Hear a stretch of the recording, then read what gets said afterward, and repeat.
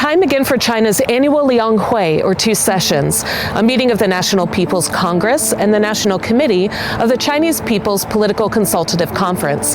Delegates from across the nation convene and a range of topics are addressed. Last year for Potside Chats, we discussed democracy with Chinese characteristics, and we invited Professor Wang from Renmin University to speak with us.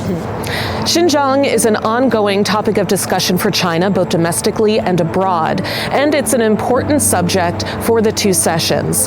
And so with that, we present the latest episode of Potside Chats. Hello and welcome to another episode of Potside Chats, where we talk about all things China.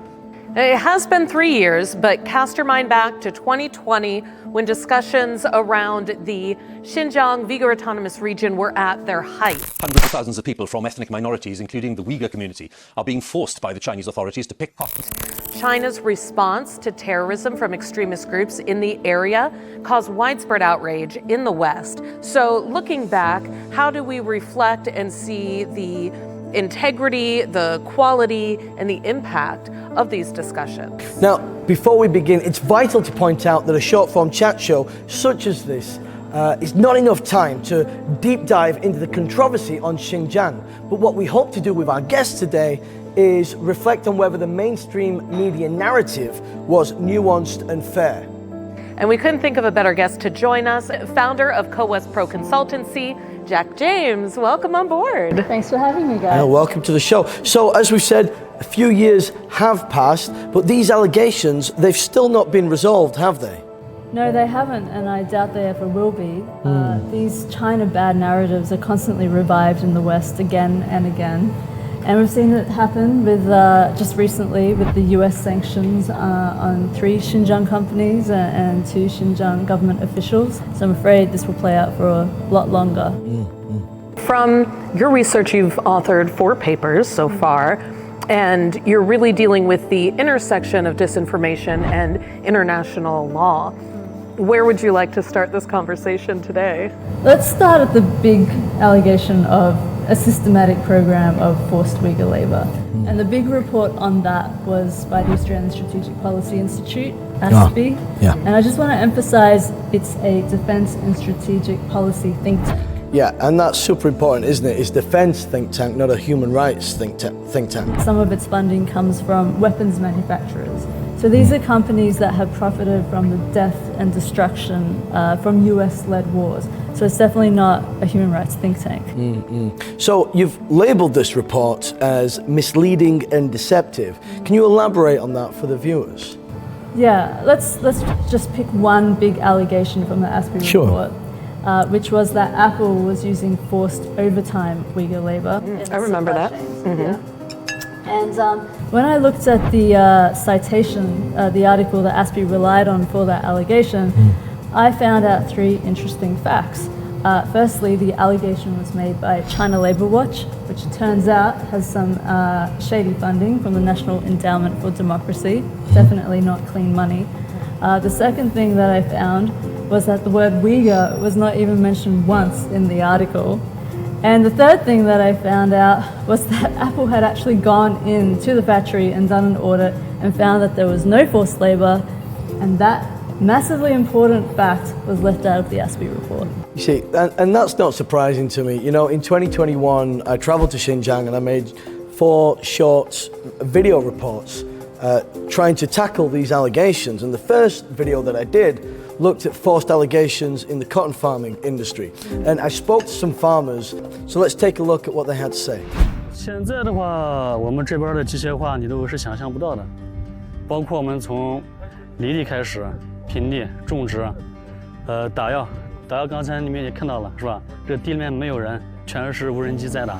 So what was the knock-on effect of those allegations? Well, you know, it was so much at the time that eventually it led to job losses, profit losses. At least one company had to shut down. So there was, you know, in trying to save the place, there was some real damage that was done there. Now, in addition to forced labor, ASPI also raised allegations of cultural genocide, just genocide flat out, in the way of forced sterilization, population suppression. Where do we start to unpack that? Actually, I can field this one because I covered this in the second film that I made while I was in Xinjiang. So in 1975, Xinjiang introduced family planning policies for places with a high Han population, so cities like Urumqi. By 1981, those policies were fully implemented, but by 1992, things got actually a little bit more relaxed. So a Han couple living in an urban area could have one child, and if they lived in a rural location, they could have two children.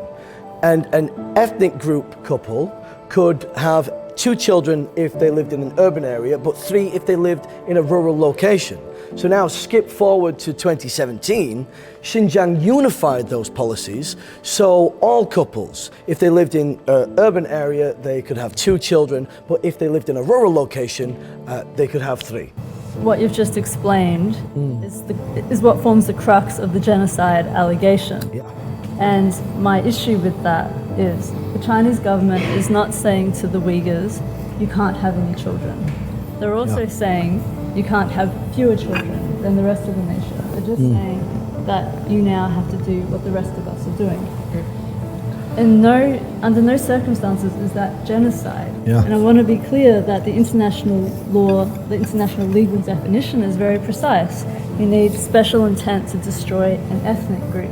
That's not what's happening in Xinjiang. This is the problem with talking about this, that you challenge these Western narratives and you just get tarred and feathered as genocide deniers or Xinjiang denialists.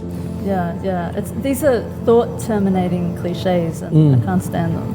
You know, in the film that I did, we were filming in a hospital in Xinjiang, and I asked the doctor about these allegations, and she was so offended that she nearly didn't do the interview. And we had to talk her into doing it to explain it's really important that a voice from the medical community in Xinjiang actually talks about this on camera. 我从工作到现在以来，我只知道我的职责是救死扶伤，是执行我们国家的医疗保健的一些法律法规。那我们做任何事情都是要有适应症的，没有适应症的事情是我们不可能去做，这叫违法。那么再说了，这种抹黑对我们来说真的是不能接受的，所以说我非常的愤怒，不想回答这个问题。Well, poor dear, you can see how distraught she is on her face. Like, it's very upsetting for her to even address that conversation. It was uncomfortable. Now, unfortunately, we're coming to the end of the episode, but before we do, Jackie, have you got any final thoughts that you'd like to share before we wrap up? I just want to say that there's no doubt in my mind that the West is winning the propaganda battle, but it's at the expense of losing the bigger picture. We've been conditioned to be so fearful of China and to lose our curiosity about China that we're not going to study it and learn from it at our expense. Well, that's all we've got time for. I'm sure you've got lots of questions, and if you have, then I would recommend that you go to the Co-West Pro website where you can read Jack's papers. So thank you for being on the show. And thank you for joining us as always. We'll see you next time on Potside Chat.